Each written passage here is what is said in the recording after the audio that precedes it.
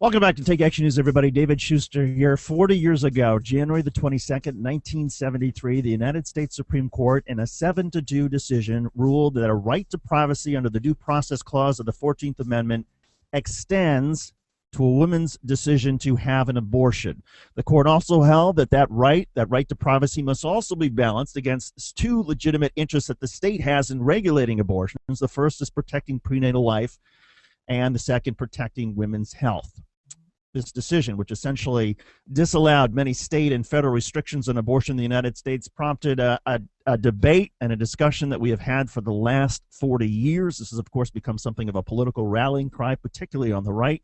A lot of conservatives believe that the Supreme Court decision was wrongly held, that this issue should be completely up to the states.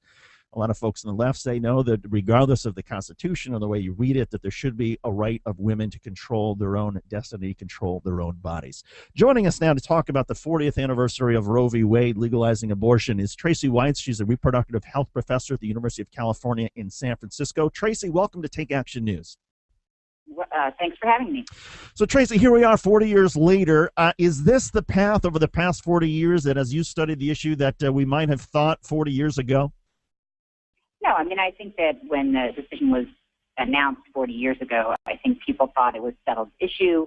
It was relatively uncontroversial in the sense of balancing state interests and women's interests.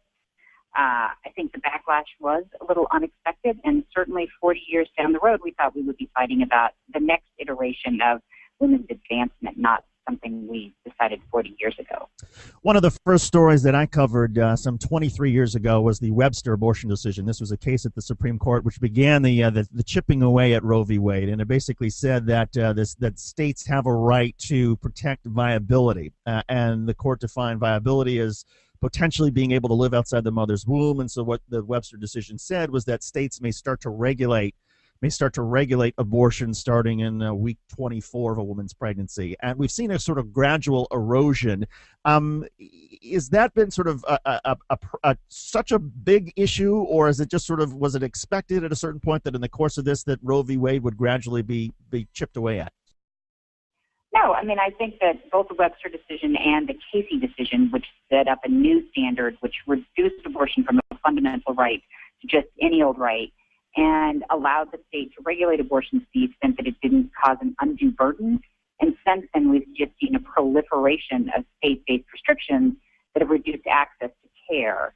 So that while the right remains, constitutionally protected, the access to care issues do not. And that's really where we're starting to see the effect of the chipping away. And in particularly, for example, the state of Texas, which just voted to try to defund Planned Parenthood, take money away from Planned Parenthood for abortions. Michigan has had a similar bill. Is that where the battle is today, that regardless of what the courts say about Roe v. Wade, this is now about funding and about the abilities of states essentially to take away the money for women who are trying to get abortions?